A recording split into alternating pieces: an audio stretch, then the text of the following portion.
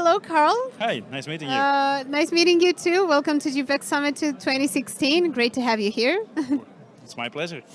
For those who are watching this just now, Karl Gilis is the co-founder of AGConsult. Right. So we're just gonna dive straight in. Online retailers who are only starting their business sometimes have a difficult time of finding benchmarks because basically there aren't that many, if any, on the market. Um, this helps them build and find some strategic points for their e-commerce strategy. So how can these how can they find these benchmarks? Are there any benchmarks? How should they go about this? That's a very difficult question to start with. It's not my core business, the benchmark thing. I think it's indeed very difficult, and I think the problem with benchmarks is that then you want to benchmark yourself against others, and I'm not a great believer in those things. I think it's very important that you know what you want to do, what you want to achieve with your website, and then you should go looking for what I call best practices. It's also very hard to find on the internet because everybody's writing stuff, so you should know which sources are you can trust and which not. So you have to find people on Twitter and use some of the bigger blogs are really good, like Conversion Excel or the guy from Unbounce. I think that's the way to do it. The problem with benchmarks is that every business is so different and the audience is different. So And the geography as well. And the geography is, I think, for Romania, it's the same for Belgium. I'm from Belgium. There are not many numbers available, so don't focus on benchmarks. Focus on your business and yourself.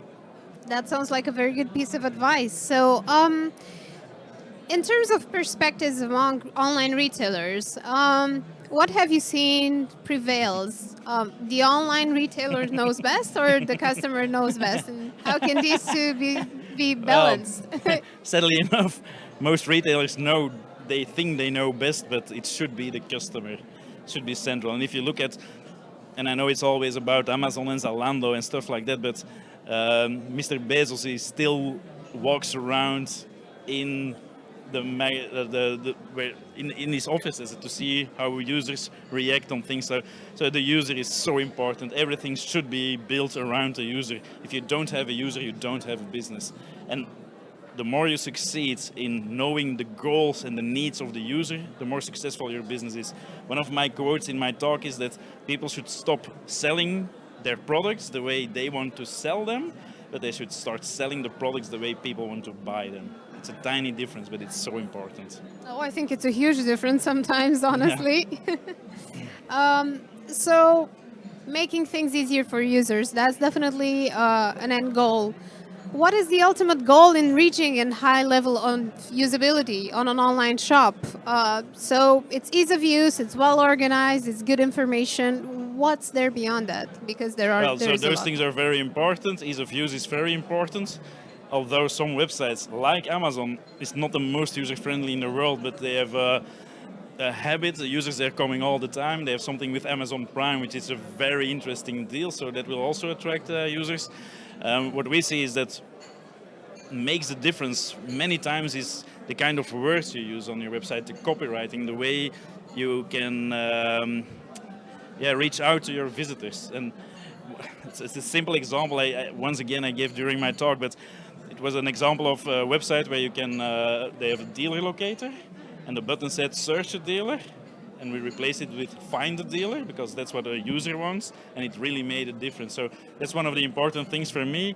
What I think beyond usability is that you build a relationship with your clients, that you have good marketing mails, but not to sales, like good information, that you build a good relationship, because otherwise people will go to another shop the next time because maybe it's 1 or 2 lays cheaper.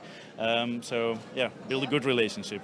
So you should just basically try to market as you'd like to be marketed to you. Yeah, definitely. Yeah, don't be too pushy. If people want something, they will buy it, and make them aware of things.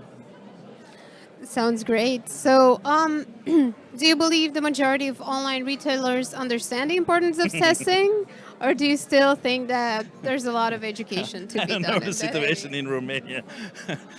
But in Belgium, they have no clue about the importance at all, I think. And when I talk to some other speakers here from the UK, they have something similar. It's like People say that they're doing it, and real user testing is still not very common. They sometimes do it, but I wonder what they do with the results. And probably some people will do A/B testing and stuff like that, but the problem is, are they doing it right? So there's so many things there, and I don't want to offend anybody, but I looked at some Romanian websites the past few days, and I think there's still some work to do too. Oh, Not only here, but definitely. everywhere. Definitely. How can online retailers select which assumptions to test in terms of user experience? Do you have another hour?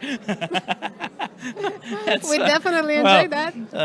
well, there are different models, but assumptions, the problem is if it's an assumption, then you're going the wrong way, because if you want to test everything that you think, oh, we should test this, oh, we should test that, then you have a problem. So the basic of A/B testing or conversion optimization, no, A/B testing should be the end of your homework. So the first thing is that you have to do user research. You have to do user testing, targeted surveys, use Google Analytics, use tools like Hotjar and the like to see where the problems are and where the opportunities are, and then start working on those things.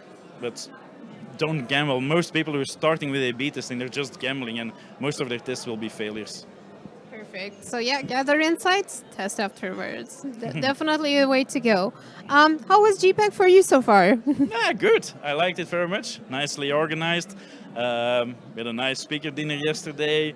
Nice room, big audience, good speakers. So yeah, very good. Great. Thanks. And I know I heard from the applause that they enjoyed your talk a lot. All So right, I we hope so. hope to see you again. All right, thank you. Thank you All very right, much, You're Karl. welcome. Thank you. Bye.